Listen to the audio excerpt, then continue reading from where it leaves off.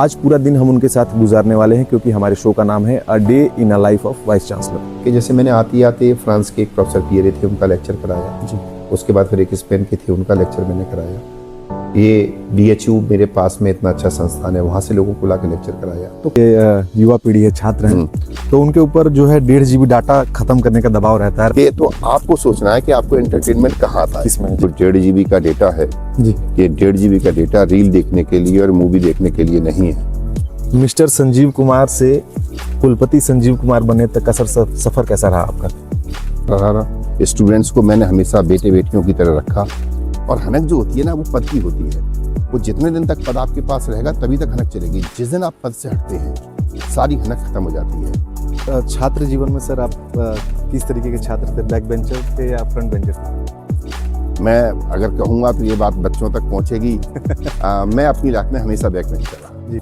एक घाटी मैंने खाई हुई है यहाँ की। हालांकि टू बी वेरी फ्रैंक बहुत स्पाइसी होता है और मैं बहुत कम स्पाइसी खाना खाता हूँ। जब से आप आए हैं तब से हमने देखा है, अखबार की सुर्खियों में भी बहुत दिखता है कि आपने सर सेमिनार्स पे और कार्यक्रम पे बहुत जोर दिया है। वो जो खट्टा अनुभव है मैं उसको कोशिश करता हूँ कि वो मीठे अनुभव में परिवर्तित हो जाए। जी। कि हो सकता है कि मेरी किस्मत खराब हो, लेकिन उस कन्वोकेशन से जुड़े हुए अगर मैं उनकी बात करूँ तो सबकी किस्मत खराब नहीं हो सकती। कहना चाहूँगा स्टैंड पर इस वक्त एक भी गाड़ी नहीं है और बहुत कम ऐसा होता है कि किसी संस्थान का जो हायर ऑफिशियल है, जो सबसे उच्च पदाधिकारी है, वो अपने एम्प्लॉयज़ के जाने के बाद ऑफिस छोड़ता है।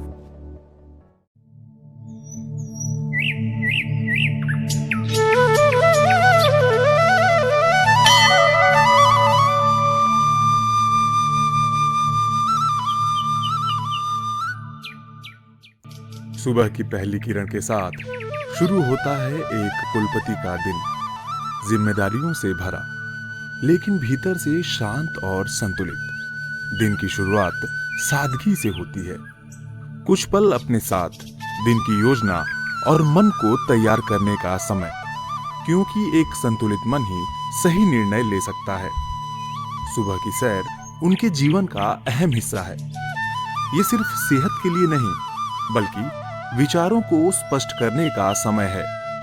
प्रकृति के बीच चलते हुए वे आने वाले दिन की दिशा तय करते हैं। योग और ध्यान से मिलता है आत्मिक संतुलन।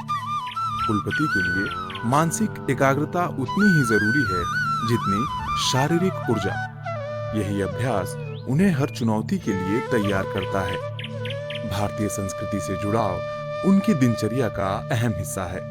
इस तरह कुलपति की सुबह सिर्फ दिन की शुरुआत नहीं बल्कि मूल्यों, अनुशासन और सकारात्मक ऊर्जा से भरी एक नई प्रेरणा है। नमस्कार, मैं हूं आपके साथ नितेश सिंह और आप देख रहे हैं MSDU TV। आज एक विशेष दिन है क्योंकि आज हम एक ऐसे व्यक्ति का इंटरव्यू करने वाले हैं जिनके फैसलों पर हजारों बच्चों का भविष्य टिका हुआ है। साथियों, एक परिवार में अगर एक माता शिक्षित होती है तो कहा जाता है कि वो 3 पीढ़ियों को शिक्षित करती हैं, उनका भविष्य बनाती हैं। ठीक वैसे ही अगर एक संस्थान को देखा जाए तो एक संस्थान के लिए कुलपति उसकी रीढ़ की हड्डी होता है। अगर कुलपति विजनरी हो, कर्तव्यनिष्ठित हो, तो वो एक पूरे संस्थान का भविष्य उसकी आसमान की ऊंचाइयों तक पहुंचा सकते हैं। आज ऐसे ही एक व्यक्ति का इंटरव्यू करने वाले हैं हम लोग। आज हम लोग मिलेंगे महाराजा सुहेलदेव विश्वविद्यालय के कुलपति प्रोफेसर संजीव कुमार जी से। आज पूरा दिन हम उनके साथ गुजारने वाले हैं क्योंकि हमारे शो का नाम है a day in a life of vice chancellor, यानी कि एक कुलपति के जीवन में क्या क्या चुनौतियाँ होती हैं, किस किस तरीके से उनका दिन गुजरता है और कैसे कैसे फैसले लेने पड़ते हैं उनको, यही सब उनके साथ जानेंगे। अभी जो है सर कुछ ही देर में मॉर्निंग वॉक पे निकलने वाले हैं, बाकी आगे की बात उनसे हम मॉर्निंग वॉक पे करेंगे। बने रहिए हमारे साथ। तो मॉर्निंग वॉक के लिए सर हमारे साथ आ चुके हैं। सर बहुत बहुत स्वागत है आपका MSDU TV पर, और सर अपना विशेष समय देने के लिए बहुत बहुत धन्यवाद। धन्यवाद। सर हम लोग मॉर्निंग वॉक पे ये शूट कर रहे हैं तो मेरा सबसे पहला सवाल सर आपसे यही होने वाला है कि आपका सर डेली रूटीन क्या होता है सर? मैं सामान्यतः सुबह 6 बजे उठ जाता हूँ। उठने के बाद एक बड़ा गिलास भर के गुनगुना पानी पीना, उसके बाद 1 कप चाय पीना, और उसके बाद दिन भर में जो मुझे करना होता है उसकी बैठ के थोड़ी सी रूपरेखा तैयार करता हूँ। और समवेयर अराउंड 7 साढ़े 7 बजे के आसपास मैं जो है नीचे का गेट खोल देता हूँ, क्योंकि उससे पहले मैं किसी का डिस्टर्बेंस नहीं चाहता जी। और उसके बाद ये लोग अपना आ जाते हैं, मेरा अपना योगा और थोड़ा सा एक्सरसाइज, हल्की फुल्की एक्सरसाइज का कार्य शुरू हो जाता है। इतना सब कुछ करने के बाद समवेयर अराउंड 9:30 10 o'clock मैं अपना नहाना धोना और उसके बाद अपना पूजा पाठ का कार्य आरंभ कर लेता हूँ। देन ब्रेकफास्ट का लंच करने के बाद मैं सीधा यूनिवर्सिटी के लिए निकल जाता हूँ। सर, सफल जीवन के लिए अगर हम बात करें तो योग और दिनचर्या अच्छी होना कितना ज़रूरी है, छात्र जीवन में भी अगर हम देखें?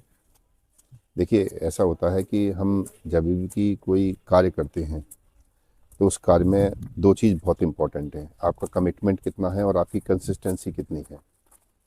और कमिटमेंट और कंसिस्टेंसी के लिए ज़रूरी है कि आप अपनी दिनचर्या में कुछ चीज़ें ऐसी निर्धारित रहें जहाँ पर कि आपके स्वयं के ऊपर भी इतना कंट्रोल हो कि कोई कार्य करें तो कमिटमेंट के साथ कर सकें और उसमें कंसिस्टेंसी भी होनी चाहिए। सर, जैसे आजकल के युवा पीढ़ी है, छात्र हैं, तो उनके ऊपर जो है 1.5 GB डाटा खत्म करने का दबाव रहता है रात में 12 बजे तक, तो इससे अक्सर जो है सुबह उठने में देर होती है। तो उन बच्चों को क्या मैसेज देना चाहेंगे सर कि क्यों एक छात्र जीवन में बहुत ज़रूरी है आपकी टाइमिंग और देखिए, दिनचर्या? मैं इस बात को पहले भी 1-2 बार कहता हूँ बच्चों के लिए, स्टूडेंट्स के लिए, ये जो 1.5 GB का डेटा है, जी, ये 1.5 GB का डेटा रील देखने के लिए और मूवी देखने के लिए नहीं है। अगर आपको इस 1.5 GB डेटा को यूज़ करना है तो बेटर है कि कोई ज्ञानवर्धक चीज़ों के लिए यूज किया जाए।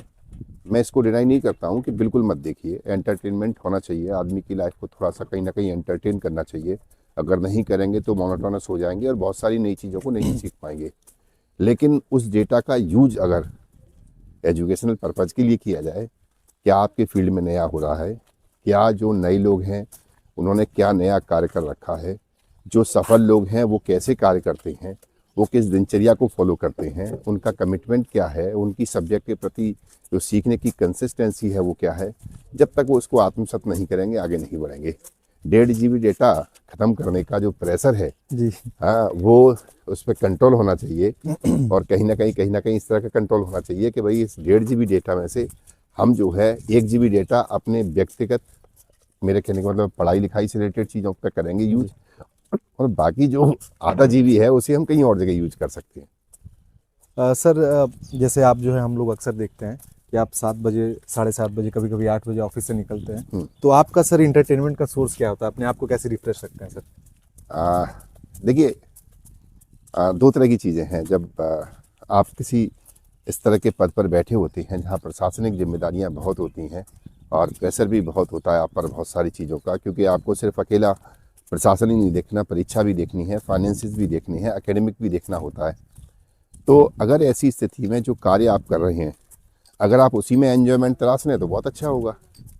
मैं अक्सर करके क्या होता है, जब ऑफिस में बैठे बैठे काफ़ी देर हो जाती है तो मैं खड़े होकर के मूवमेंट करने लगता हूँ और उसके बाद मैं जानबूझ करके जो विश्वविद्यालय में कार्य हो रहे हैं उनका निरीक्षण करने निकल जाता हूँ। इससे दो फायदे होते हैं, एक तो मेरी सिटिंग कम हो गई, मेरा मूवमेंट हो गया और मुझे उस काम में आनंद आता है। जब आप कोई डिफरेंट चीज़ देखने जाएंगे, लाइक जब आप फाइल वर्क कर रहे होते हैं जी, तो 1-2 घंटे फाइल वर्क करने के बाद आपका दिमाग जो है वो थोड़ा सा एक अजीब सा हो जाता है जी, तो उसका सबसे बढ़िया साधन है उस दिमाग को हटाइए और फील्ड में चले जाइए। जब बच्चे लोग बास्केटबॉल खेल रहे होते हैं, मुझे बड़ा अच्छा लगता है वही देख करके। मैं जब लाइब्रेरी जाता हूँ उसके सीन देखता हूँ, मुझे ये देख करके अच्छा लगता है। तो एंटरटेनमेंट की बात ऐसी है कि तो आपको सोचना है कि आपको एंटरटेनमेंट कहाँ आता है। इसमें जी सर, किसी को पिक्चर में आता है, किसी को गाना सुनने में आता है, किसी को रील देखने में आ रहा है, किसी को स्पोर्ट देखने में आ रहा है। बहुत सारे ऐसे लोगों को जानता हूँ मैं जिनके सामने अगर एक तरफ मूवी चल रही हो और एक तरफ कोई मैच चल रहा हो तो वो मैच को प्रीफर करते हैं। इसका मतलब क्या है, उनका जो एंटरटेनमेंट करने का जरिया है वो डिफरेंट है जी। तो यही रूटीन रखना पड़ता है हम लोगों को। मैं आप लोगों से बात करता हूँ, बच्चों से बात करता हूँ, अपने घर पर बात करता हूँ और मैं कभी भी ये नहीं सोचता हूँ कि यार टेंशन आ गई। टेंशन तो जिंदगी का पार्ट है, वो लगा रहेगा। सर, जो ज़्यादा ओवर थिंकिंग आजकल बहुत बच्चों में बढ़ गई है हाँ। और बहुत इम्पेशेंस हो गए हैं, पेशेंस बहुत कम है उनके अंदर में, वैसे सर क्या उन बच्चों को कैसे वो अपने आप को जो है ठीक रख सकते हैं? देखिए, ओवर थिंकिंग से बचने का सिर्फ और सिर्फ 2 ही तरीके हैं। पहले आप योगा करना सीखिए, कुछ ऐसे मेडिटेशन की चीज़ों को अपनाइए जिससे आप मेडिटेट करके अपने दिमाग को थोड़ा सा कंट्रोल कर सकें। और दूसरा ये भाई, जितना आप अपने आप को व्यस्त रखेंगे ओवर थिंकिंग से बच जाएंगे। मैं आपको बता रहा हूँ, कोविड का जो पीरियड था, तो जब मुझे कोविड हुआ तो एक लंबा पीरियड रहा कि मैं सिर्फ अपने बेडरूम तक सीमित रह गया। अब जब आप बेडरूम तक सीमित होते हैं मेरा जो मोबाइल फ़ोन था वो एक 2-3 दिनों के बाद मेरी वाइफ ने छीन के अपने पास रख लिया, क्योंकि उस पर रोज़ कुछ ना कुछ ऐसी खबरें आ रही थी। तो एक लंबा पीरियड रहा जिसमें आपके पास सिर्फ थिंकिंग करने के अलावा कोई काम ही नहीं था, और जब पीरियड लंबा हो गया तो वो ओवर थिंकिंग हो गई। तो उससे बचने का एक तरीका क्या था कि मैंने सोचा एक काम करते हैं, कुछ किचन में काम करना शुरू करते हैं। जी। तो मैं क्या करता था, चूंकि मैं, मेरी वाइफ, बच्चे सभी लोग कोविड में इन्फेक्टेड थे, तो हम लोग क्या करते थे, हम किचन का काम शुरू कर दिया करते थे। हमने कोई मेड नहीं रखी उस पीरियड में, कोई बर्तन साफ कर रहा है, कोई सब्जी काट रहा है। तो अब जब आप अपने आप को एंगेज करते हैं तो माइंड आपका एक जहाँ पर जिस डायरेक्शन में सोच रहा होता है वहाँ से डाइवर्ट हो जाता है और दूसरी डायरेक्शन में सोचना शुरू करता है। इस तरह से आप ओवर थिंकिंग से बच सकते हैं। सर एक आपकी ज़िंदगी से जुड़ा मैं सवाल पूछना चाहता हूँ। सर, मिस्टर संजीव कुमार से कुलपति संजीव कुमार बनने तक का सर सफ़र कैसा रहा आपका? सफ़र तो आनंददायक था। मैंने वही कहा ना कि जब आप कोई भी कार्य करना होता है और उसमें जब आप बोझिल कदमों के साथ वो कार्य करते हैं, बोझिल मन के साथ कार्य करते हैं, तो एक तो कार्य भी संपन्न नहीं होता है और वो छोटा सा कार्य बहुत बड़ा लगने लगता है। तो ये सफ़र भी बहुत अच्छा रहा। मैं जब विश्वविद्यालय में अपने में आगरा में था तो यंग था, तभी से ही मेरे जो गाइड थे, मेरे गुरु थे, उन्होंने बहुत सारे काम हमको तभी से देना शुरू कर दिए, चाहे वो परीक्षा से रिलेटेड हो, चाहे वो प्रवेश से रिलेटेड हो। तो क्या हुआ, धीरे धीरे करके ट्रेनिंग होती गई अच्छी, और ट्रेनिंग के साथ साथ जब और थोड़ी सीनियर पोजीशंस पर पहुँचे तो अपने विश्वविद्यालय में बहुत सारी सीनियर पोजीशंस मिलती गई, चाहे वो एडमिशन्स हों, चाहे डायरेक्टर ऑफ इंजीनियरिंग इंस्टीट्यूट हो, चाहे वो एडमिशन के अलावा पीएचडी के ऑर्डिनेंस तैयार करना हो, चाहे डीन एकेडमिक के पद को निभाना हो। बहुत सारी पोजीशंस मेरे पास रहीं। तो उन सब पोजीशंस पे कार्य करते हुए मन में ये नहीं था कि भाई हम इसलिए कार्य कर रहे हैं कि हमको एक दिन वाइस चांसलर बनना है। वो कहीं ख्वाब होता ही नहीं है दिमाग में, ऐसा कुछ होता ही नहीं है, क्योंकि वाइस चांसलर से लोग इतना आसान नहीं है बनना। जब प्रभु की आप पर कृपा होती है और आपके कार्य अच्छे होते हैं, आपका बायोडाटा अच्छा होता है, एक बहुत सारा कॉम्बिनेशन बन जाता है, तब जा कर के आप बन पाते हैं। तो सारे कार्य किए, सारे कार्य करने के बाद इसी बीच में मैं नेक का चेयरमैन रहा, IQAC जो हमारी बॉडी होती है जी। और उसके चेयरमैन के दौरान काफ़ी अच्छे कार्य किए। और उसी बीच में हमारी जो प्रदेश की माननीय राज्यपाल महोदया जी हैं, उन्होंने शायद मेरे कार्यों को देखा होगा और हो सकता है उन्हें मेरे कार्य अच्छे लगे हों, और साथ में जो भी मेरा बायोडाटा है वो थोड़ा सा ठीक रहा हो, जो टीम बैठ आई थी उन्हें मेरा बायोडाटा थोड़ा सा ठीक लगा हो, और कुछ नहीं, और सबसे ऊपर एक प्रभु की कृपा रही हो, तब जा कर के यहाँ तक एक पोजीशन आई। और मैं सबको साधुवाद देता हूँ, अपने प्रदेश की कुलाधिपति जी महोदया जी को, राज्यपाल महोदया जी को साधुवाद देता हूँ, धन्यवाद देता हूँ, और परमात्मा का शुक्रिया अदा करता हूँ। अपने सभी पेरेंट्स जितने भी मेरे हैं उन सबको धन्यवाद ज्ञापित करता हूँ कि मैं यहाँ तक आज पहुँचा। और इस विश्वविद्यालय को मुझे खुशी है कि चूँकि ये नया विश्वविद्यालय है तो इसको थोड़ा सा एक मूर्त रूप देने का मौका मुझे मिला है, भगवान ने मुझे सिलेक्शन दिया। सर, आप अपने यूनिवर्सिटी में सर किस तरीके के प्रोफेसर थे? कड़क मिजाज के थे कि बच्चों के साथ बहुत लाइट रहते नहीं, थे? मेरा शुरू से ही, जब मैं यंग था तब से लेकर के आज तक मेरा व्यवहार बहुत प्यारा भरा रहा। स्टूडेंट्स को मैंने हमेशा बेटे बेटियों की तरह रखा, हमेशा उनके साथ में कभी भी डांटने की नौबत बहुत कम आती थी, बहुत कम। कभी ऐसा मुश्किल से 1 महीने में एक बार ऐसा मौका लगता था जब मैंने किसी बच्चे को बहुत बुरी तरह से डांटा हो। अपने साथी टीचर, चाहे मेरे वो जूनियर टीचर ही क्यों ना, इवन देन मेरे साथ जो मेरे गेस्ट फैकल्टी काम करते थे मैं उनके साथ भी बहुत प्यार से बात करता था। मुझे लगता है कि डांटने की आवश्यकता पड़ती नहीं है, मुझे तो आज तक पड़ी नहीं। मैं इतना बड़ा हो गया, इतनी बड़ी पोजीशंस पर आ गया, इस बीच में मैंने कई सारी एडमिनिस्ट्रेटिव पोजीशंस मैंने कर ली। बहुत रेयर केस में ऐसा हुआ जब मैंने किसी को डांटा हो, नौबत आई नहीं। आपका काम जब प्यार से हो रहा है तो प्यार से कराइए ना, उसमें डांटने की आवश्यकता क्या है? लोग कहते हैं कि साहब हनक दिखनी चाहिए, मैं कहता हूँ उस हनक की आवश्यकता क्या है? और हनक जो होती है ना वो पद की होती है, वो जितने दिन तक पद आपके पास रहेगा तभी तक हनक चलेगी। जिस दिन आप पद से हटते हैं सारी हनक खत्म हो जाती है। उसके बाद अगर कोई चीज़ बचती है तो आप क्या लोगों के साथ क्या व्यवहार था, कैसे आपने लोगों के साथ ट्रीट किया, वही बचता है। अच्छा सर, छात्र जीवन में सर आप किस तरीके के छात्र थे? बैक बेंचर थे या फ्रंट बेंचर थे सर? बड़ा टिपिकल क्वेश्चन आप पूछ रहे हैं। मैं अगर कहूँगा तो ये बात बच्चों तक पहुँचेगी। मैं अपनी लाइफ में हमेशा बैक बेंचर रहा जी। मेरी आदत का पार्ट था।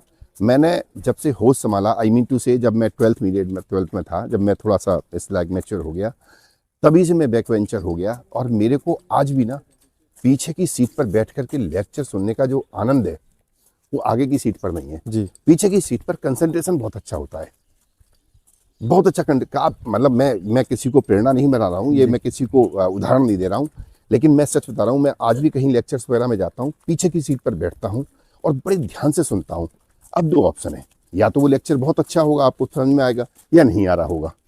समझ में आ रहा होता है तो मैं पूरा ध्यान से सुनता हूँ, और समझ में नहीं आ रहा होता है तो वही दो ही ऑप्शन है, या तो खुद अपना कुछ काम करने बैठ जाओ, नहीं तो निकल लो। जबरदस्ती लेक्चर सुनने का कोई फायदा नहीं है।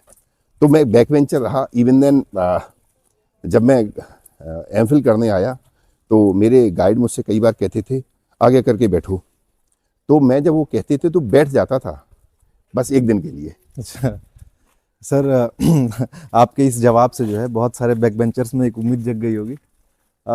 सर आपको जो है शुरू से जो है आप पढ़ाई लिखाई, आपकी नौकरी सब आगरा में रही है, पश्चिमी उत्तर प्रदेश में रही है, तो आपको सर आजमगढ़ जो है वो आगरा से कितना अलग लगता है? देखिए, मैं आपको सच बता दूं कि जब मैं वाइस चांसलर बना, और वाइस चांसलर बनने के बाद मैं पहली बार आजमगढ़ तभी आया जब वाइस चांसलर बना। इससे पहले आजमगढ़ की सीमा में आया था, लेकिन शहर में कभी नहीं आया। बस एक आउटर स्कर्ट तक एक जगह आया था और वहीं से वापस चला गया 1 घंटे के बाद ही। तो आजमगढ़ में आने के बाद देखिए कुछ चीज़ें अंतर हैं, थोड़ा बोली में अंतर है, थोड़ा खान पान में अंतर है ना, थोड़ा स्टाइल में भी अंतर है अगर टोटल कंपैरिजन करें। लेकिन ओवरऑल मेरी एक आदत का पार्ट है, मैं हमेशा पूरे देश को अपना देश मान के चलता हूँ। इसलिए मेरी आदत है, मैं जब कभी भी साउथ में जाऊँगा ना तो मैं साउथ का ही खाना खाता हूँ। मैं कभी भी डिमांड नहीं करता मुझे नॉर्थ का खाना दो। उसके पीछे रीज़न है, आप वहाँ गए तो आप वहाँ के खाने को एंजॉय करिए ना, वहाँ के लोकल एनवायरनमेंट को एंजॉय करिए। अब मैं साउथ में जाकर के, एक टिपिकल शहर में जाकर के कहूँ भाई मुझे तो दाल रोटी और वो खिलाइए, नान खिलाइए, अब वो बनेगा ही नहीं, उस टेस्ट का नहीं बनेगा। तो फायदा क्या होगा कि आप पर एक अनमनी मन से उसको खाएंगे जी। अरे भाई खुश होकर के वहाँ का फूड खाइए ना, उसका एंजॉयमेंट लीजिए। वही मैंने कहा, एंटरटेनमेंट का कोई साधन नहीं होता, एंटरटेनमेंट यहाँ से शुरू होता है। आपको सोचना है कि आपको एंटरटेनमेंट कहाँ मिल रहा है। सर आजमगढ़ मैं में आपके साथ बात हाँ, कर रहा हूँ, मुझे ये बहुत अच्छा लग रहा है। जी सर आजमगढ़ का कुछ विशेष जो फूड आपने खाया हो जो आपको अच्छा लगा हो?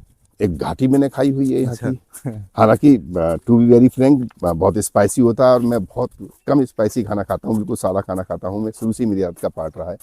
तो थोड़ा सा स्पाइसी था शुरू में, 1-1.5 महीने 2 महीने में बहुत परेशान रहा, क्योंकि इन लोगों को खूब जम के हरी मिर्च, लहसुन, प्याज खूब जम के यूज करने की आदत है और मेरे को आदत थी नहीं। लेकिन जो घाटी है वो अपने आप में टेस्टी है। और एक वो चोखा बनाते हैं आप लोग, जो कि चोखा दाल के साथ और जी। उसके साथ जो खाया जाता है वो भी एक बहुत अच्छा है। सर दाल भात चोखा ट्राई किया कि नहीं आपने पूर्वांचल का? दाल भात चोखा मैं कई बार खा चुका हूँ। अच्छा। और यहाँ एक लोकल एक मिठाई मिलती है, मुझे काफ़ी पसंद है, हालांकि मैं कम खाना चाहता हूँ। एक पास में कोई जगह है यहीं से, वहाँ पर एक मिठाई मिलती है, उसको मंचली बोलते हैं, तो मंदई पर मिलती है। जी। और वो मैंने खाई, मुझे डिफरेंट लगी और वो मुझे यहाँ की फेवरेट मिठाई लगी।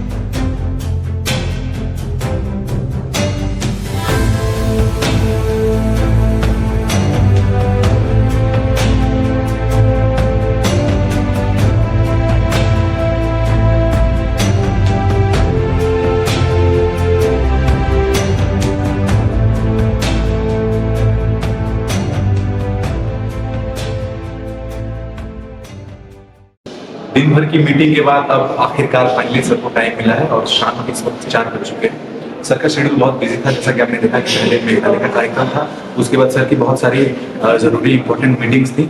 अब शाम को 4 बजे सर ने हमें टाइम दिया है, तो चलिए सर से मिलते हैं और बात करते हैं।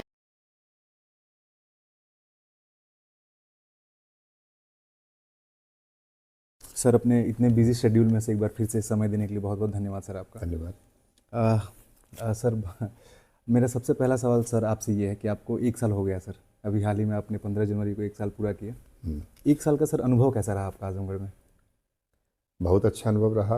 अगर मैं पर्सनली अगर आप मेरे साथ बात करें और 2 तरीके से एज ए वाइस चांसलर और as a Sanjeev Kumar personal बात करें, मेरे लिए दोनों तरफ से 1 साल बहुत अच्छा रहा।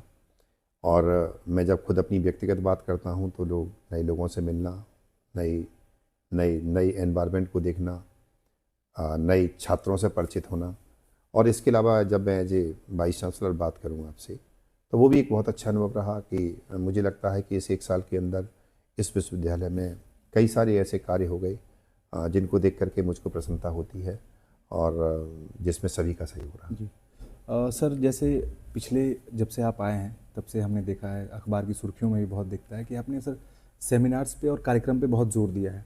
तो सर, इन कार्यक्रमों से, सेमिनारों से सर छात्रों को किस तरीके से फ़ायदा पहुंचता है? देखिए, 2 तरह की शिक्षा होती है। एक शिक्षा होती है जो किताबी ज्ञान के द्वारा दी जाती है, और एक शिक्षा होती है कुछ व्यवहारिक शिक्षा, किताबी ज्ञान से हट कर के शिक्षा। मेरा जो उद्देश्य कोई भी कार्यशाला कराने का, कॉन्फ्रेंसेस कराने का, या कोई भी इस तरह की सेमिनार कराने का या लेक्चर सीरीज कराने का उद्देश्य क्या है वो बताता हूँ। कि एक बच्चा है, वो क्लासरूम में आया, टीचर ने एक सेलेक्टेड कोई एक बुक है, वो बुक पकड़ी, उससे पढ़ाना शुरू किया। बच्चा घर गया, उसने उस किताब से अपना पढ़ा, और एक दिन आकर के उसने उसका एक एग्ज़ाम दे दिया। तो बच्चे की दुनिया वो किताब, वो टीचर, वो संस्थान और यहीं तक सीमित रह गई। बच्चे को ये नहीं पता लगा कि बाहर की दुनिया में क्या हो गया। बाहर की दुनिया में क्या हो रहा है वो बच्चा जब ही सीखेगा जब बाहर की दुनिया से रूबरू होगा। बाहर की दुनिया से रूबरू होने के लिए या तो ये कि बच्चा स्वयं बाहर जाए या किसी बाहरी व्यक्ति को यहाँ बुलाया जाए। जी। तो जब बाहर का व्यक्ति कोई आकर के, जैसे मैंने आते आते फ्रांस के एक प्रोफेसर पियरे थे, उनका लेक्चर कराया। जी। उसके बाद फिर एक स्पेन के थे, उनका लेक्चर मैंने कराया। ये BHU मेरे पास में इतना अच्छा संस्थान है, वहाँ से लोगों को ला के लेक्चर कराया। तो क्या होता है कि जब एक शिक्षक बाहर से आता है तो वो अपने अनुभव लेकर के आता है। उसकी पढ़ाने की शैली कुछ अलग हो सकती है, उसके पास कुछ एक्स्ट्रा नॉलेज हो सकती है। तो बच्चा उस एक्स्ट्रा नॉलेज से रूबरू होता है, डिफरेंट टीचर से होता है। तो एक मोनोटोनस अगर कोई लाइफ जी रहा होता है तो उसमें परिवर्तन भी आता है और साथ में नई चीज़ों से परिचित होता है। संसार में क्या चल रहा है उसकी जानकारी मिलती है, और जब बच्चे को इनकी जानकारी मिलती है तब उसका ज्ञान का चक्षु थोड़ा खुलता है, उसका सोचने का जो तरीका है वो थोड़ा ब्रॉड होता है, और जब वो ब्रॉड तरीके से सोचता है तभी जाके अच्छा कुछ कार्य कर पाता है। सर, पिछले साल भर में जैसे सर हमारी ज़िंदगी जो होती है, उस ज़िंदगी के कुछ खट्टे मीठे अनुभव होते हैं। तो सर, आपके साल भर में कुछ ऐसे अनुभव विश्वविद्यालय में रहे हों? हाँ, खट्टा अनुभव कोई ऐसा खास नहीं है, क्योंकि मैं जिस विश्वविद्यालय में आया हूँ वहाँ से मैं बहुत सारे अनुभव लेकर के आया था। तो मैंने किसी भी अनुभव को खट्टा अनुभव नहीं कहा। जब भी कोई बात होती है तो मैं उससे एक सीखने की कोशिश करता हूँ कि अगर मान के चलिए कोई कार्यक्रम हो रहा है और वहाँ पर म्यूजिक अच्छा नहीं है, एक उदाहरण के तौर पर, तो मैं ये नहीं कहता हूँ कि म्यूजिक अच्छा नहीं है, मैं ये सोचता हूँ कि म्यूजिक अच्छा कैसे हो, मैं अपने यहाँ क्या सुविधा कराऊँ। तो वो जो खट्टा अनुभव है मैं उसको कोशिश करता हूँ कि वो मीठे अनुभव में परिवर्तित हो जाए। जी। और मीठे अनुभव बहुत हैं। मुझे जैसा कि मैंने बताया, मुझे काफ़ी अंदर से खुशी होती है कि मेरे यहाँ छात्रों का रेस्पॉन्स जो उन्होंने दिया। पिछले मैं जब आया था तो जैसा कि आप सब जानते हैं 300 के आसपास छात्र थे। जी। और वर्तमान में 1300 पहुँच गए हैं। तो जो रेस्पॉन्स मिला वो मेरा एक बहुत बड़ा मीठा अनुभव है। सर, एक किस्सा हम लोग दीक्षांत के समय का सुनते हैं कि दीक्षांत में जो है किसी कारणवश जो वेन्यू सेट था वो वहाँ नहीं हो पाया। सबके चेहरे पर शिकन थी, चिंता थी, आपको छोड़ के। और आपने सर मीटिंग में एक बात कही थी कि मेरी किस्मत ख़राब हो सकती है, लेकिन इतने लोग जो दीक्षांत से जुड़े हैं उनकी किस्मत ख़राब नहीं हो सकती। सर, इस विषय पर उस किस्से को कैसे याद करते हैं सर आप? अच्छी बात आपने कही कि देखिए, दीक्षांत का समारोह जो होता है वो अकेला मेरा समारोह नहीं है। जी।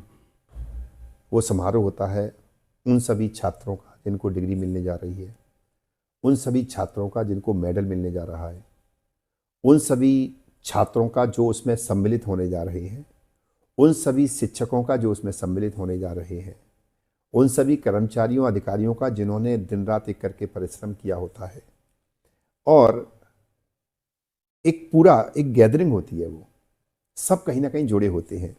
आंगनबाड़ी के कार्यकर्ता हैं तो उन्हें कुछ उनके इवेंट किए होते हैं जिसको मंच पे लाया जाता है। एनसीसी एनएसएस के बच्चे होते हैं, उन्होंने भी कुछ किया होता है। तो मेरा अपना मैं भगवान के प्रति जरा मान करके चलता हूँ थोड़ा सा, तो मैं चेहरे पे सिकन इसलिए नहीं थी क्योंकि पता नहीं क्यों मुझे अंदर से आत्मविश्वास था कि मेरा फंक्शन हो जाएगा, कन्वोकेशन हो जाएगा। और जैसा कि मैं कहता हूँ कि हो सकता है कि मेरी किस्मत ख़राब हो, लेकिन उस कन्वोकेशन से जुड़े हुए लगभग 1200-1300 के आसपास का वो जत्था था जो कन्वोकेशन से उस समय जुड़ा हुआ था। मैं 1200-1300 उन लोगों की बात कर रहा हूँ जो कि सीधे कनेक्टेड थे, छात्र थे, शिक्षक थे, जो सीधे कनेक्टेड थे। अगर मैं उनकी बात करूँ तो सबकी किस्मत ख़राब हो सकती है, क्योंकि अगर कन्वोकेशन बिगड़ता तो छात्रों को डिग्री नहीं मिलती, वो हो सकता है डेट चेंज होती, जिनको मेडल मिलना है उनको मेडल नहीं मिलता, उनके चेहरे मायूस हो जाते। तो परमपिता परमेश्वर उन सबके भी तो चेहरे देख रहा होगा। और जहाँ तक बात यह है कि देखिए, विश्वविद्यालय एक परिवार है और बड़ा परिवार है।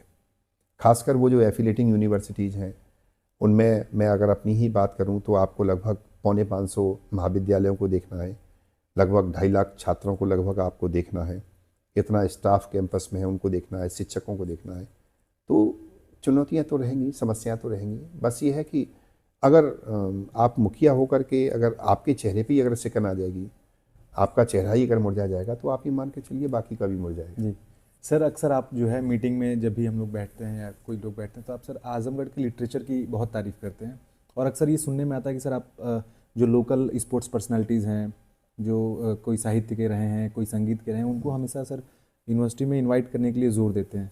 तो सर इस मुद्दे पर क्या कहना चाहेंगे आप? देखिए, कोई चीज़ जब होती है ना तो उसके लिए आपके अंदर विश्वास होना बहुत ज़रूरी है। विश्वास कैसे कैसे बढ़ता है? विश्वास बढ़ता है जब आपको ये लगे कि मैं कुछ हूँ, या आपको ये लगे कि जिस संस्थान से मैं जुड़ा हुआ हूँ वो संस्थान कुछ है, या जिस समाज से मैं जुड़ा हुआ हूँ वो समाज कुछ अपनी अहमियत रखता है, जिस मिट्टी से मैं जुड़ा हुआ हूँ वो अपनी कुछ अहमियत रखती है। जब आप लोगों को ये एहसास दिलाएं, जब आप लोगों से ये समझाएं कि जैसे मैं अगर आजमगढ़ में बैठ करके और हरियाणा के किसी ऐसे व्यक्ति जिसने ओलंपिक में गोल्ड मेडल लिया हो उसका उदाहरण दूंगा, वो इम्पैक्ट नहीं डालेगा। लेकिन अगर मैं कहूँगा आपकी मिट्टी से अमुक व्यक्ति ने निकल करके अमुक पहचान बनाई और इस परिवार को आप जानते हैं, तो वो उसके अंदर एक विश्वास की भावना जागृत करता है कि यानी इस मिट्टी से निकल के मैं भी आ सकता हूँ। मैं जब यहाँ की बात करता हूँ, लिटरेचर की बात करता हूँ, और ये फैक्ट भी है, मैं जब लोगों से मिलता हूँ तो एक अच्छा लिटरेचर है, लोग लिखते बहुत हैं, अच्छा काम करते हैं। और अगर अच्छी बात है कि लोगों के अंदर ये है, तो ये से भी हमारे जितने भी छात्र हैं वो भी तो परिचय होना इससे कि हमारे आजमगढ़ में स्पोर्ट्स की भी पर्सनैलिटी है, हमारे आजमगढ़ में साहित्य की भी पर्सनैलिटी है, हमारे इस आजमगढ़ मऊ के क्षेत्र में आसपास का पूर्वांचल मिला करके वैज्ञानिक भी हैं, इंजीनियर भी हैं, विदेशों में लोग बसे हुए हैं। जब आप उनको ये सब एहसास दिलाएंगे, उनसे रूबरू सिर्फ बातें नहीं करनी है, उनको बुला करके उनको दिखाना भी है। मैं अभी भी कई भी कार्यक्रम होता है तो मैं पूरी कोशिश ये करता हूँ कि यहीं से लोकल कोई व्यक्ति पकड़ूँ। एक कार्यक्रम जो आज हुआ जिसमें कि मैंने कहा था भाई फागू चौहान साहब को बुलाना है, तो बच्चे परिचित हुए ना कि हमारी आजमगढ़ की ज़मीन पे हमारे विश्वविद्यालय के बगल में ही एक ऐसा व्यक्ति भी रहता है जो 2 स्टेट का राज्यपाल रह चुका है। तो ये आपके अंदर विश्वास जागृत करता है। सर हमने सुना है कि जब आप आगरा विश्वविद्यालय में थे तो आपने सर उसमें नैक ग्रेडिंग में ऐतिहासिक काम किया था और बहुत इम्पैक्टफुल काम था आपका। तो सर महाराजा सुहेलदेव विश्वविद्यालय के लिए आपने कुछ सोचा है उस बारे में, नैक ग्रेडिंग के बारे में? बिल्कुल सही प्रश्न है आपका। और प्रदेश की राज्यपाल जी माननीय श्रीमती आनंदीबेन पटेल जी ने जब मुझे यहाँ पर भेजा तो यही कह करके भेजा कि जो कार्य आपने आगरा विश्वविद्यालय के लिए किया है, नैक की ग्रेडिंग के लिए किया है, उसी तरह से महाराजा सुहेलदेव के लिए आपको कार्य करना है और नैक में तैयारी करके रखनी है। मैं मानता हूँ कि मेरे पीरियड में नैक का इंस्पेक्शन नहीं हो पाएगा, लेकिन कोई दिक्कत नहीं है, मैं अभी से उसकी तैयारी करके चल रहा हूँ। पिछले 1 साल से मैं जितने भी जोर दे रहा हूँ पब्लिकेशंस के ऊपर, सेमिनार कराने के ऊपर, कार्यक्रम कराने के ऊपर, बेस्ट प्रैक्टिसेस के ऊपर, उसके पीछे मेरा उद्देश्य यही है। क्योंकि मैं अगर सोचूं कि अभी मेरे टेन्योर में नहीं होना तो इससे मतलब नहीं होता। नींव मैं खड़ी कर दूंगा, पौधा मैं लगा के जा रहा हूँ, फल तो विश्वविद्यालय को ही मिलना है। मैं बीसी रहूं या ना रहूं इससे क्या फर्क पड़ता है। मैटर है यूनिवर्सिटी, जी संस्था बड़ी होती है, व्यक्ति बड़ा नहीं होता है। जी सर, कंट्रीब्यूशन इज इम्पोर्टेंट। अभी सर एक चीज़ बहुत फेमस है आपके बारे में, जैसे सर आपके लिए आपके दरवाजे सबके लिए खुले हैं।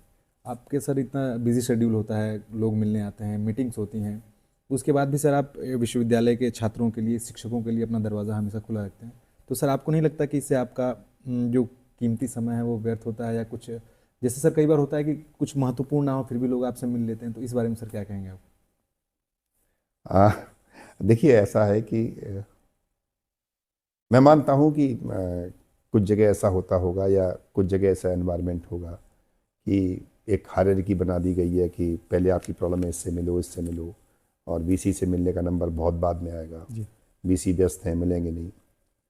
मैं कई बार ये सोचता हूँ कि कोई भी व्यक्ति मुझसे मिलने आया तो ये आकर के यहाँ बैठ गया और 4 घंटे इंतज़ार करने के बाद जब यहाँ से वापस जाएगा तो उससे सिर्फ मेरी ही छवि खराब नहीं होगी, विश्वविद्यालय की भी छवि खराब होगी। कोई व्यक्ति आया है, कुछ उम्मीद लेके आया होगा, कुछ बात करने आया होगा, बुला लीजिए, 2 मिनट बात कर लीजिए, क्या फ़र्क पड़ता है। 2 मिनट उसकी बात सुन लीजिए। बेशक उसकी प्रॉब्लम सॉल्व करना आपके हाथ में ना हो, वो विश्वविद्यालय के नियम कायदे कानून है, एक्ट स्टैट्यूट है, उसके बना हुआ होता है वाइस चांसलर। लेकिन 2 मिनट बात सुनने में क्या जा रहा है। और अगर बात सुनने के बाद आपको लगता है कि उसका काम नहीं होगा तो बड़े प्यार से उसको बताने में कहते हैं, देखो भाई नियम के आड़े आ रहा है, ये काम मुश्किल है, होगा नहीं, तो वो आदमी भी संतुष्ट होकर के जाता है। तो मेरा अपना मानना ये है कि अगर आपके पास थोड़ा सा सब समय निकाल सकते हैं, अगर मैं पूरे दिन में अगर कैलकुलेट करके चलूँ तो 1-1.5 घंटा मेरा, 2 घंटा मेरा डेली एक्स्ट्रा इस बात पे लग जाता है। लेकिन ठीक है, कुछ अच्छे करने के लिए कोई दिक्कत नहीं है। वैसे भी घर पे जाके ही क्या करना है, अच्छी बात है विश्वविद्यालय में आप लोगों के साथ बैठ करके मैं एंजॉय कर लेता हूँ। सर अगले 2 वर्ष के लिए आपने विश्वविद्यालय के भविष्य के लिए क्या सोचा है सर? देखिए मेरा जो टारगेट है, जो पहली साल का टारगेट जो मेरे दिमाग में था, मैंने कभी किसी को शेयर नहीं किया। मैं भगवान को धन्यवाद देता हूँ कि मैंने वो टारगेट जो मेरा 1 साल में था वो मैंने अचीव कर लिया। दूसरे साल का टारगेट भी मेरे दिमाग में है, मुझे क्या करना है विश्वविद्यालय के लिए, अच्छा ही है सब कुछ, बस मैं उसको शेयर नहीं करता हूँ, मैं उसे पूरा कर दूंगा। आप निश्चिंत रहिए, ठीक है ना। छात्रों की संख्या भी बढ़ेगी, एकेडमिक एनवायरनमेंट भी सुधरेगा, और अगर सब कुछ ठीक रहा तो परमानेंट अपॉइंटमेंट भी होंगे इसी मेरे दूसरे कार्यकाल में, और कुछ और अच्छा करने की प्लान है। सर आप जब नए नए आए थे तो मुझे याद है कि सर आप आते ही विश्वविद्यालय में शिफ्ट हो गए थे अपने भवन में, लेकिन सर व्यवस्थाओं की बहुत कमी थी। उसके बाद भी सर आप शिफ्ट हुए थे, तो सर उसके पीछे क्या कारण था शिफ्ट होने के पीछे? देखिए मैं जब आया तो इन्होंने मुझे पहले तो एक अकोमोडेशन दे दिया होटल में। तो 2-3 दिन बाद मैंने इन लोगों से कहा भाई मैं तो होटल में नहीं रह सकता हूँ, भाई होटल में कोई व्यक्ति 1 दिन रह सकता है, 2 दिन रह सकता है। तो इन्होंने टूरिस्ट बंगलो दे दिया। टूरिस्ट बंगलो जब मेरे को रहा तो टूरिस्ट बंगलो में रह रहा था, शहर में रह रहा था, अच्छी बात थी। लेकिन एक तो मेरे 45 मिनट 40 मिनट आना और उतना ही टाइम जाने में मेरा पर डे वेस्ट हो रहा था। मैंने कैलकुलेट किया था रफली, तो 1 से 1.5 घंटा मेरा डेली वेस्ट हो रहा था, एक तो इस काम में। तो एक तो ये रीज़न था कि 1-1.5 घंटा मेरा बचेगा। दूसरा रीज़न ये था कि मेरी बात को कोई भी माननीय कुलपतिगण अन्यथा न ले। मेरा अपना मानना यह है कि वाइस चांसलर जब तक कैंपस में नहीं रहेगा जी, तब तक वाइस चांसलर यूनिवर्सिटी नहीं चला सकता। आपको कैंपस में ही रहना होगा, क्योंकि आप 1 घंटे के वाइस चांसलर नहीं है, आप 8 घंटे के वाइस चांसलर नहीं है, आप 24 घंटे के वाइस चांसलर हैं। अगर खासकर रेजिडेंशियल यूनिवर्सिटी हो जहाँ कैंपस चलता हो, मैं बात कर रहा हूँ जहाँ कैंपस चलता हो, जहाँ हॉस्टल में लड़के लड़कियाँ रह रहे हो, तो ये आपकी जिम्मेदारी बनती है आप उसी परिसर में रहें। क्योंकि परिसर में सुबह के समय की क्या प्रॉब्लम है, शाम के समय की क्या प्रॉब्लम आती है, रात को क्या प्रॉब्लम आती है, उनका एहसास तभी होगा जब आप यहाँ रहेंगे। सर हॉस्टल भी आपके आने के बाद ही सर शुरू हुआ था, आपने सर बहुत जोर दिया कि हॉस्टल। मैंने इसलिए जोर दिया क्योंकि मैं जब यहाँ पर आया तो जब मैं शिफ्ट हुआ अपने मकान में, यहाँ पर आकर के जो बंगला दिया हुआ था यूनिवर्सिटी का, तो जब 1 मार्च को जब मैं रात को वॉक कर रहा था तो इस उतने बड़े कैंपस में मैं इकलौता व्यक्ति था जी जी सर, जो इसलिए वॉक सर कर मैंने रहा ये था सवाल पूछा कि और सीआर की आवाज़ आ रही थी। तो एक बार की तो मुझे भी थोड़ा 2 मिनट के लिए, मतलब एक होता ना दिमाग में कहीं ना कहीं एक नेगेटिव थॉट आता है, तो 2 मिनट को नेगेटिव थॉट मेरे दिमाग में भी आया था कि यार कहीं कुछ गलती तो नहीं होगी, आसपास इतनी सीआर की बड़ी गंदी गंदी आवाज़ आ रही है और मैं अकेला व्यक्ति हूँ यहाँ पर।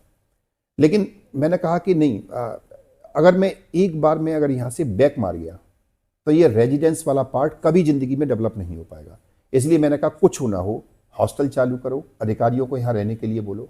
और टचवुड, मतलब जब मैं आया था अभी पिछले 7-8 महीने में इतने चेंजेज वहाँ पर हो गए कि 100 छात्राएं गर्ल्स हॉस्टल में हैं, 100 लड़के बॉयज हॉस्टल में हैं, और कर्मचारी रह रहे हैं, अधिकारी सारे रह रहे हैं।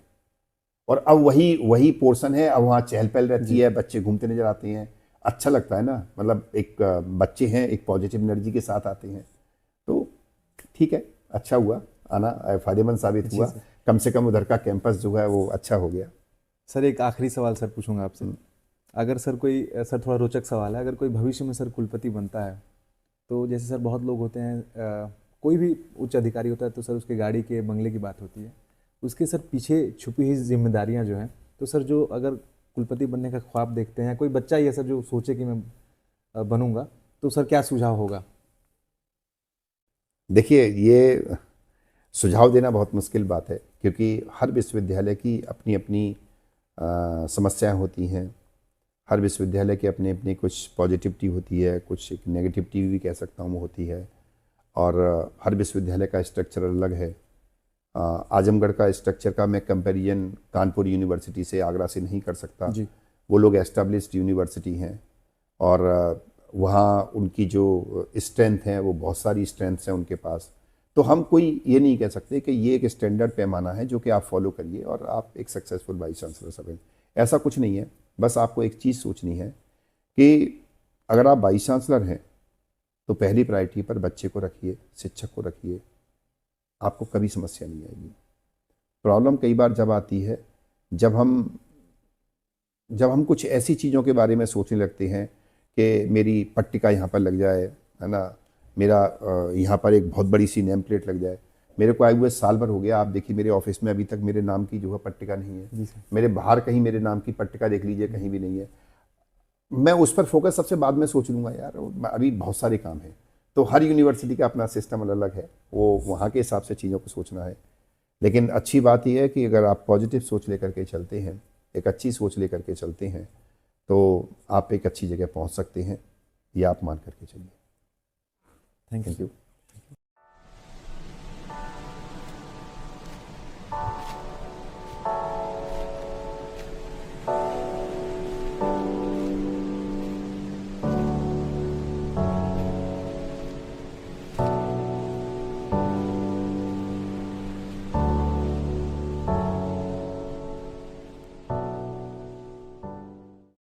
सर पूरा दिन हमने आज आपके साथ व्यतीत किया, हमें बहुत अच्छा लगा सर। ये अवसर देने के लिए आपको बहुत बहुत धन्यवाद। थैंक यू सर पूरा दिन का तो हमें मालूम चल गया सर, जाने के बाद आपका शेड्यूल क्या रहता है?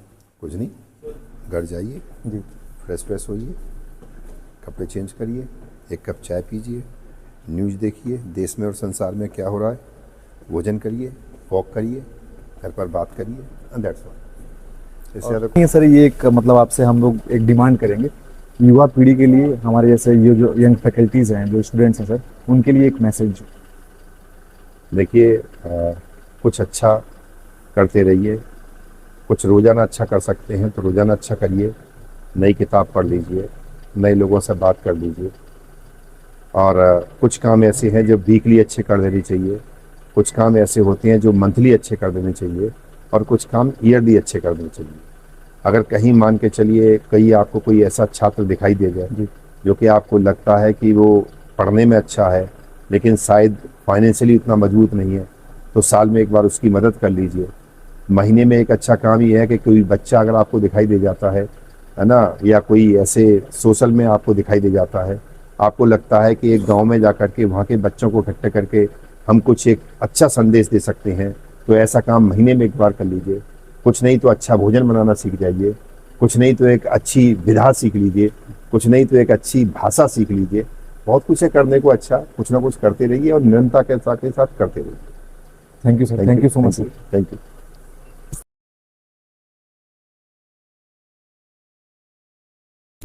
तो आज हमने पूरा दिन कुलपति प्रोफेसर संजीव कुमार सर के साथ व्यतीत किया। आपने देखा कि एक कुलपति का जीवन कितना व्यस्त होता है, कितना जिम्मेदारियों भरा होता है और लोग कितने लोग मिलते हैं और ना जाने कितने फैसले लेने पड़ते हैं जो किसी संस्थान के लिए बहुत ज़रूरी हो सकते हैं। एक चीज़ मैं और आपको बताना चाहूँगा जो विशेष है, हमने ये पता किया तो हमें मालूम चला कि सर लगभग रोज़ 7:30 से 8 बजे के बाद ही ऑफिस से घर जाते हैं। मैं आपको स्टैंड दिखाना चाहूँगा, स्टैंड पर इस वक्त एक भी गाड़ी नहीं है और बहुत कम ऐसा होता है कि किसी संस्थान का जो हायर ऑफिशियल है, जो सबसे उच्च पदाधिकारी है, वो अपने एम्प्लॉयज़ के जाने के बाद ऑफिस छोड़ता है। तो ये एक दृढ़ संकल्प होता है कि आप जीवन में किसी भी पद पर पहुंच जाइए, लेकिन जो आपके नैतिक मूल्य हैं उनको आप नहीं भूलिए। यही मैसेज हमें सर से मिलता है। देखते रहिए MSDU TV और बने रहिए हमारे साथ। तब तक के लिए नमस्कार।